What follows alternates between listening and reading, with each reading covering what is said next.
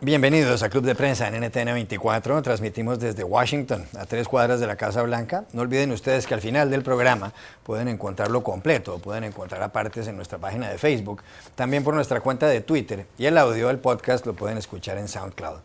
Les doy la bienvenida a los invitados hoy. En primer lugar, Peter Schechter, el hombre encargado del área de las Américas en el Atlantic Council, uno de los think tanks, de los institutos de análisis más prestigiosos de la capital de Estados Unidos. Bienvenido, como siempre, a esta mesa, Peter. Muchas gracias, Juan Carlos, como siempre. Eric Langer, profesor del Centro de Estudios Latinoamericanos de la Universidad de Georgetown, aquí en Washington también. Bienvenido a este programa. Siempre un placer. Y Muni Jensen, analista política del Club de Prensa, bienvenida a esta mesa. Gracias. El primer asunto, Muni, tiene que ver precisamente con algo de América Latina. Es una noticia inquietante porque en las últimas horas, y así lo reportó la agencia Reuters, está en las páginas de The Wall Street Journal, también del ABC de Madrid, que fue posiblemente el primer periódico en español que publicó la información. En un artículo escrito por Emilio Blasco, anterior corresponsal de ese periódico aquí en Washington, la noticia tiene que ver con dos sobrinos de Cilia Flores, que es la primera dama de Venezuela, la esposa del presidente Nicolás Maduro. Dos de los sobrinos, Efraín Campo Flores y Francisco Flores de Freitas, el mayor de ellos, además ahijado del presidente Nicolás Maduro, fueron arrestados en Puerto Príncipe, en Haití, por agentes de la DEA, de la Agencia Antidroga de los Estados Unidos, y fueron traídos a Nueva York acusados de narcotráfico. Estaban transportando 800 kilos de cocaína, según la información que han publicado los medios de comunicación. Van a comparecer ante una corte en Nueva York, y todo parece ser consecuencia de una operación encubierta que había empezado en Honduras en el pasado mes de octubre, en donde agentes de la DEA se percataron de lo que estaban haciendo los dos sobrinos de la primera dama venezolana. Repito, es la información que traen los medios de comunicación, todos estos medios de comunicación. No es el primer grupo de personas acusados ante una corte en Nueva York exactamente por narcotráfico. También lo está Diosdado Cabello y otras personas del entorno chavista. Diosdado Cabello es el presidente del Parlamento venezolano, es decir, de la Asamblea Nacional, y se considera el número 2 del régimen chavista. ¿Esto hasta dónde puede llegar la detención de dos sobrinos políticos del presidente Maduro? Bueno, aparentemente esta detención está hecha en conexión con la investigación a la que está sujeto Diosdado Cabello, y es parte de una gran investigación que se está llevando a cabo por parte del Departamento de Justicia de Estados Unidos. Lo que parece ser es que se está cerrando el cerco a Nicolás Maduro, y que estas noticias que salen esporádicamente son parte de una operación mucho más grande, que dónde va a parar no se sabe, si se utilizará como un mecanismo de maniobra para una transición en Venezuela o si se usará, qué sé yo, para hacer algunas detenciones. En todo caso, estas noticias siempre son como una especie de pólvora que cae sobre Estados Unidos y sobre Venezuela, y creo que se agrava la tensión y la mala sangre que hay entre los dos países. Lo que a mí me llama la atención es que recientemente han salido en las noticias una especie de salpicados de informes sobre la DEA. Hace poco hablábamos de la noticia que se publicó sobre el vínculo que encontró la DEA, que no era sorpresa, entre las FARC y los carteles mexicanos. Luego se ha hablado mucho de que la DEA ha hecho unos hallazgos de cuánta cocaína se transporta a través de Venezuela desde Colombia. Luego hemos hablado y comentado aquí los vínculos del gobierno venezolano con el narcotráfico colombiano. En fin, todo parece, y no sé si son accidentales, que estas noticias que han salido en el último mes, todo parece que la DEA se está alistando para algo grande. Hay que tener en cuenta que la DEA también ha tenido sus propios escándalos. Recientemente se conoció hace algunos meses que cuando había muchos más agentes de la DEA en Colombia luchando contra los grandes carteles del narcotráfico, pues lo que hacían muchos de estos agentes era ir a fiestas con los señores del narcotráfico, con las mujeres de los narcotraficantes y demás. Pero por otra parte, hay elecciones en Venezuela el 6 de diciembre, es decir, en menos de un mes, elecciones legislativas, en donde la oposición, los que critican a Nicolás Maduro, pues pretenden conseguir mayorías parlamentarias. ¿Tendrá alguna influencia en las elecciones lo que está pasando? Yo temo, Juan Carlos, que Venezuela se ha convertido en un narcoestado o personas en lugares importantes en Venezuela o están involucrados en temas de narcotráfico o están siendo pagados para su silencio. Y yo creo que eso hace que, como dice bien Muni, que están implicados más y más personas, van a estar implicados más y más personas en el tema del narcotráfico. Yo sí creo que los tiempos de este arresto son un poco desafortunados, porque el gobierno de Venezuela, primero con Hugo Chávez y después con el presidente Maduro, han mostrado millones de veces que pueden usar la carta anti-norteamericana, la carta anti-gringa, anti-imperio, para sacudirse algunas de las acusaciones más grandes. Y eso funciona con un electorado, en particular un electorado que ellos tienen que sacar y asegurar que van a votar esta vez. Porque parte del problema que tiene el PSUV en Venezuela es que su electorado está deprimido porque las cosas en Venezuela están muy mal y entonces no van a votar. Esto es una cosa que les puede alentar a ir a votar. Entonces yo hubiera sido, si yo hubiera estado en la DEA, hubiera pedido que el arresto tuviera lugar no antes del 6, sino el 7 de diciembre, el día después de las elecciones. Pero no se le acaba un poco el argumento a Hugo Chávez, a Nicolás Maduro, que ha llamado justamente este arresto, lo ha llamado un ataque imperialista y otra emboscada de Estados Unidos, pues viendo que eran 800 kilos de cocaína, ¿no será que se le agota un poco el discurso de que todo esto es una conspiración de Estados Unidos? Yo hubiera pensado que eso hubiera acabado hace 7 o 8 años. Y vez tras vez hemos visto en Venezuela que la carta antigringa funciona muy bien y que la gente piensa que hay una conspiración ideológica en contra del gobierno del PSUV. Bueno, me parece muy interesante esa discusión. Lo que creo que vaya a pasar es más bien que la DEA va a llevar a esos sobrinos y después a declarar, a confesar lo que están haciendo y con eso así desenredando las redes que existen dentro del gobierno venezolano, ¿no? Entonces ya encontraron a 2 personas bastante importantes con las manos en la masa. Y eso es muy serio. 800 kilos de cocaína. Es casi una tonelada. Harto, ¿no? Y eso es muy difícil encubrir. Así no se puede con un dedito así, ¿no? Eso es muy serio.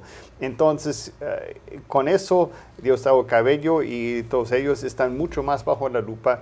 Y ahora creo que lo que va a pasar es que más bien van a estar con miedo, siempre mirando quién va a querer ahora y cómo se va a hacer y qué pasa con los sobrinos y todo eso, porque seguramente están muy involucrados. Entonces vamos a ver, obviamente son acusaciones en este momento, no se ha comprobado en la corte, pero la cosa se pone muy seria, yo creo, en términos de justicia y en términos de acusaciones que pueda hacer el gobierno estadounidense y la justicia internacional también contra figuras muy importantes dentro del gobierno venezolano.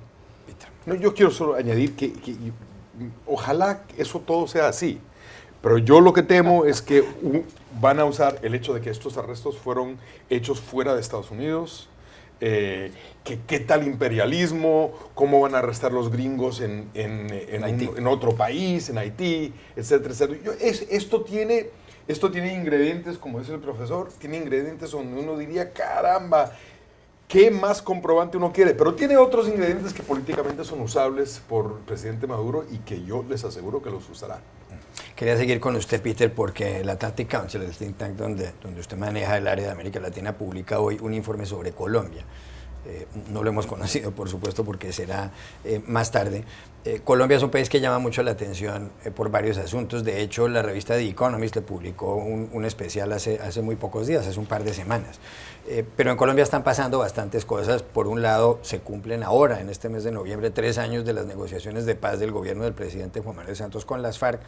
Está previsto tanto por Santos como por Timochenko, que es el alias del jefe de las FARC, que la fecha última para firmar un acuerdo de terminación del conflicto será el 23 de marzo del año entrante. Las negociaciones aparentemente, por supuesto han tenido altibajos, pero aparentemente han ido avanzando.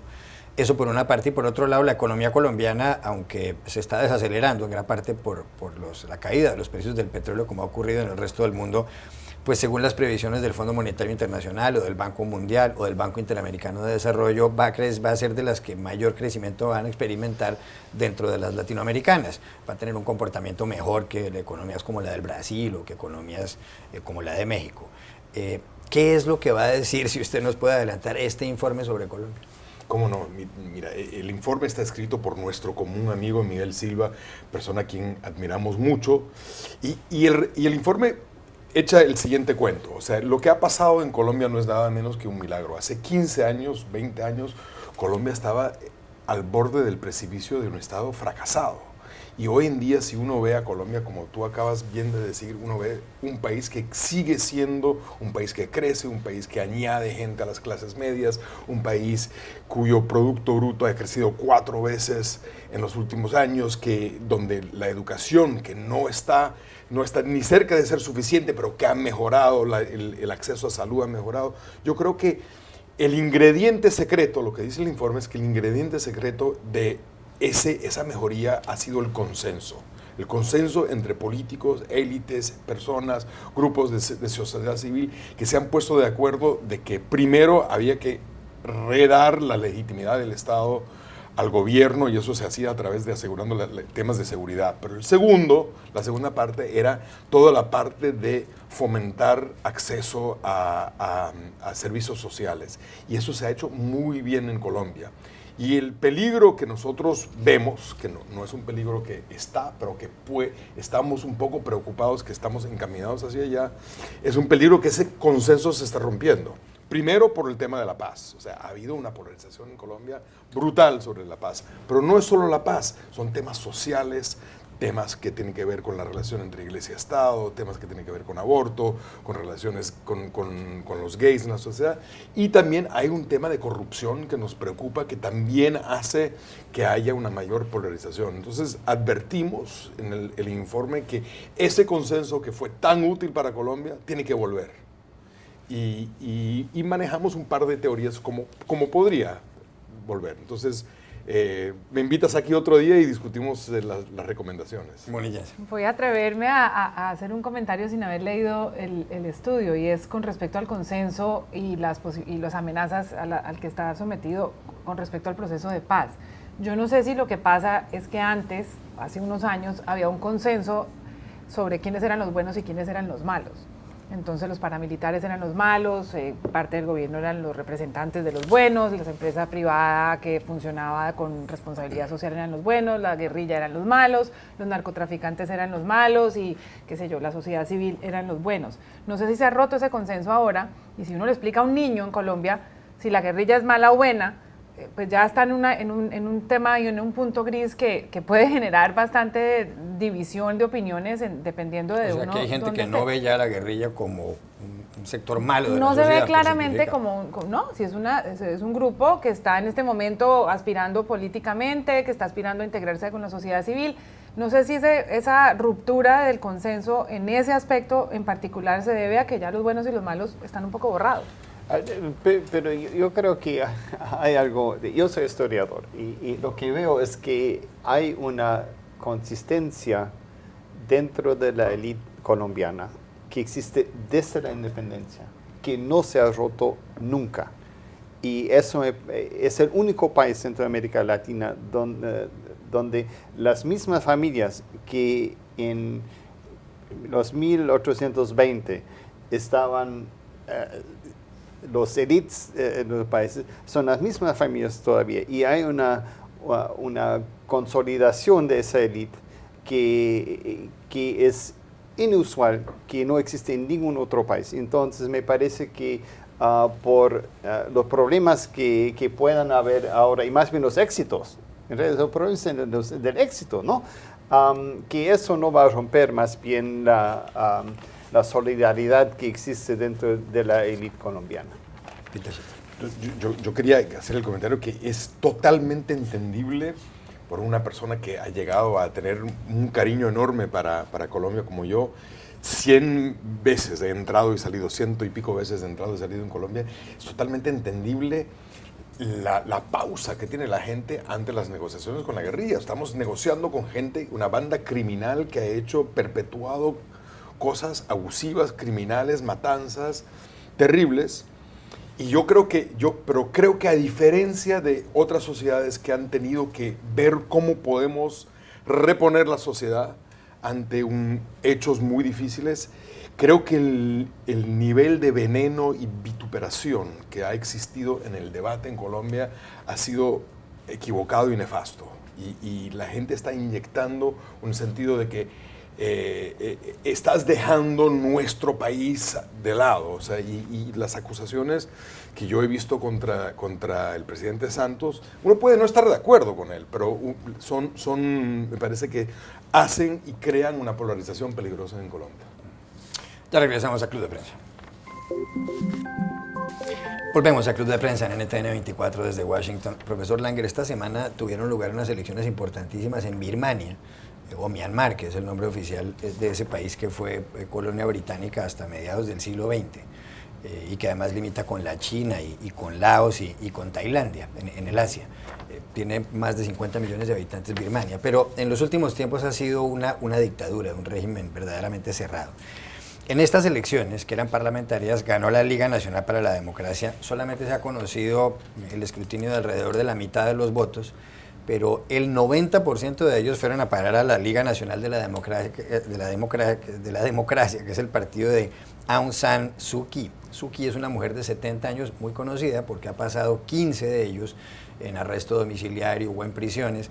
Ella es hija de un hombre que fue el artífice, uno de los artífices de la Birmania moderna, estudió en la Universidad de Oxford y además no puede llegar a la presidencia nunca porque uno de sus hijos tiene nacionalidad británica también y la Constitución prohíbe que una persona con hijos extranjeros llegue a la presidencia. Lo cierto del caso es que Suu Kyi, que recibió también el Premio Nobel de la Paz, ha ganado estas elecciones porque, repito, ha obtenido prácticamente su partido 9 de cada 10 votos a un parlamento de más de 600 escaños. ¿Es esto histórico para un país asiático como Birmania? Sí, es completamente histórico y me parece muy interesante que el pueblo estaba harto de esa dictadura militar y ha mostrado así plenamente que está en favor de la democracia, y eso creo que es algo inusitado dentro de la Asia, y eso va a tener repercusiones. Y como Suu Kyi no puede ser presidente, igual yo creo que van a tratar de cambiar la Constitución, porque es recién del 2008 y eran los militares que impusieron esa Constitución. Además, los militares tienen el poder de veto y más bien tienen 25% automáticamente del Congreso. Entonces, yo creo que con esa victoria tan grande vayan a intentar cambiar la Constitución y reconfigurar la política de Birmania. Ahora vamos a ver si eso va a funcionar, pero hasta ahora Suu Kyi ha sido así bien calladita y dicho sí, gracias y todo eso, pero no sabemos qué va a pasar. Obviamente ha tenido problemas porque en 1990, cuando también ganó las elecciones, hubo un golpe y simplemente desestimaron los resultados. Entonces es un periodo muy frágil en este momento y hay que manejarlo con mucho cuidado. Pero si llega el partido realmente al poder, entonces yo creo que van a haber cambios, así más o menos como había en Chile, por ejemplo, que iban cambiando poco a poco la Constitución. Esa sería mi hipótesis. Cambio de asunto, Muni. Hay elecciones presidenciales aquí en Estados Unidos en menos de un año ya, el 8 de noviembre del año entrante. Hubo un debate, y lo comentamos aquí en la cadena Fox Business en televisión, entre los 8 principales candidatos o precandidatos del Partido Republicano. Cada colectividad, cada partido tiene que escoger a su candidato. Se presume que en el Partido Demócrata la candidata va a ser Hillary Clinton. En el Partido Republicano, en las encuestas, está de primero Donald Trump, el multimillonario. De número 2, Ben Carson. Trump tiene un 25%, Carson tiene un 24%. Neurocirujano afroamericano, y más abajo aparece con un 11%, casi con un 12%, Marco Rubio, senador cubanoamericano de la Florida. Ahora todos los periódicos, dice el Washington Post incluso, que Marco Rubio es la estrella dentro de los republicanos. Incluso más abajo que Marco Rubio está Jeb Bush, el exgobernador de la Florida, hijo y hermano de presidentes, con un 5,5% en las encuestas. Y parece ser que los republicanos, el que tienen el candidato a batir por los demás es Marco Rubio. La página web Real Clear Politics hace un promedio de las encuestas. Si se enfrentaran en una elección presidencial Marco Rubio contra Hillary Clinton, Hillary lograría el 45,3% de los votos y Rubio el 44,5%, es decir, menos de un punto de diferencia.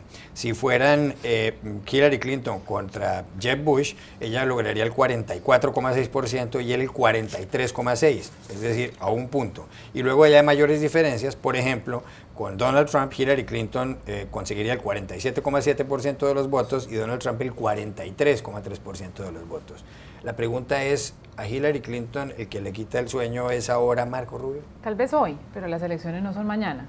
Y creo que Marco Rubio ha logrado esquivar algunos golpes en los últimos debates. Es un hombre bastante hábil para debatir y es un político que tiene carisma y buena oratoria. Lo que pasa es que falta mucho y primero Rubio tiene que pelearse con su propio partido, donde hay todavía por lo menos 7 candidatos más que le pueden hacer la vida un poco difícil, empezando por Ted Cruz, otro senador, hijo de hispanos, buen orador y con algo de carisma, que en este momento está enfilando todas las baterías contra Rubio.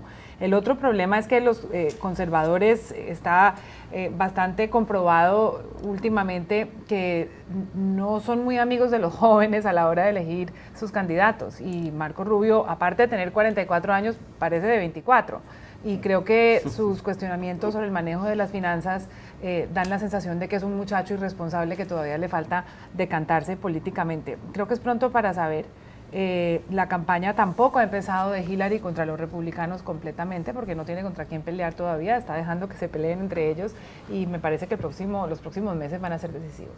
¿Es Rubio el que le quita el sueño a Hillary? Yo creo que le quita el sueño a sus contrincantes republicanos más que a Hillary. O sea, yo creo que este joven senador, como bien dice Mooney, hace bien los debates, es un tipo guapo y sobre todo es un chico desconocido. Y eso entre los republicanos de hoy no quieren votar por otra persona que viene de Washington, que está vinculado con los intereses de la capital, que está vinculado con todos los lobistas. Ellos quieren a alguien que vaya a sacudir a la capital en Washington. Y este señor es senador hace rato, pero es suficientemente desconocido para no ser vinculado totalmente con los intereses de la capital. Y eso es una cosa sumamente atractiva. Pero yo no le doy mucha importancia a una encuesta que es un año antes de la elección.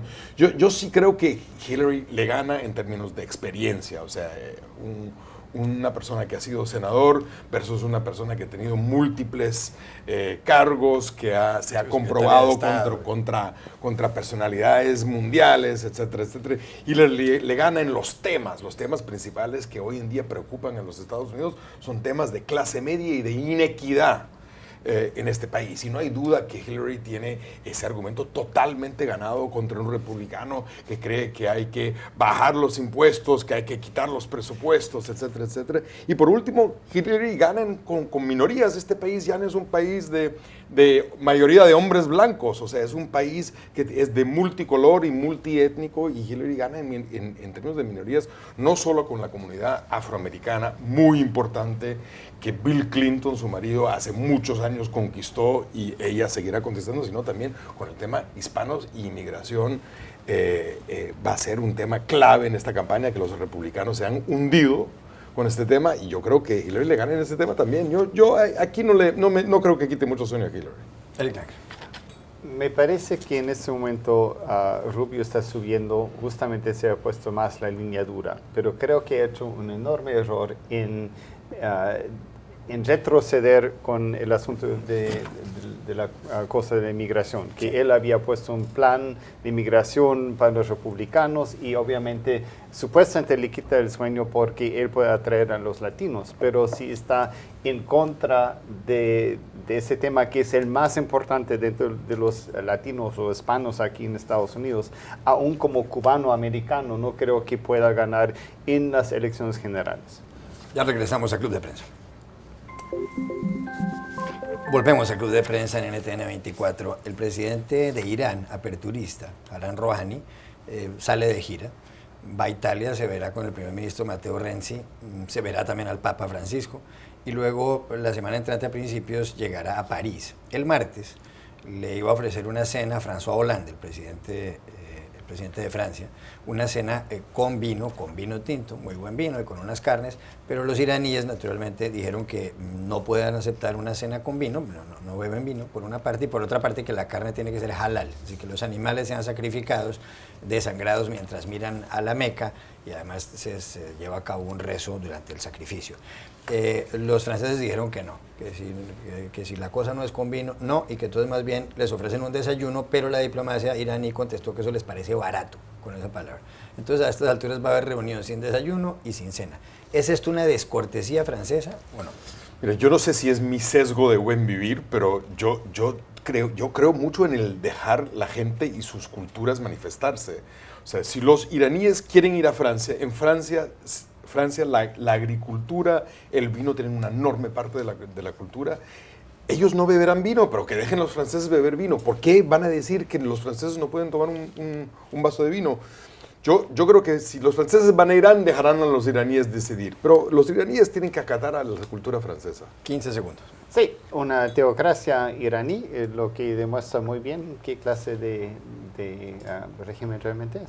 Y Muni Jensen, que conoce bien el mundo de las embajadas también. En Francia el vino es religión, o sea que ellos pueden también atribuir razones religiosas para servirlo. No así la carne. Yo creo que en París hay suficientes carniceros halal como para darle al señor iraní una carne que se pueda comer, porque si no, según el rito, pues la religión musulmana, solamente se pueden comer la carne que no sea halal en caso de que se vayan a morir de hambre.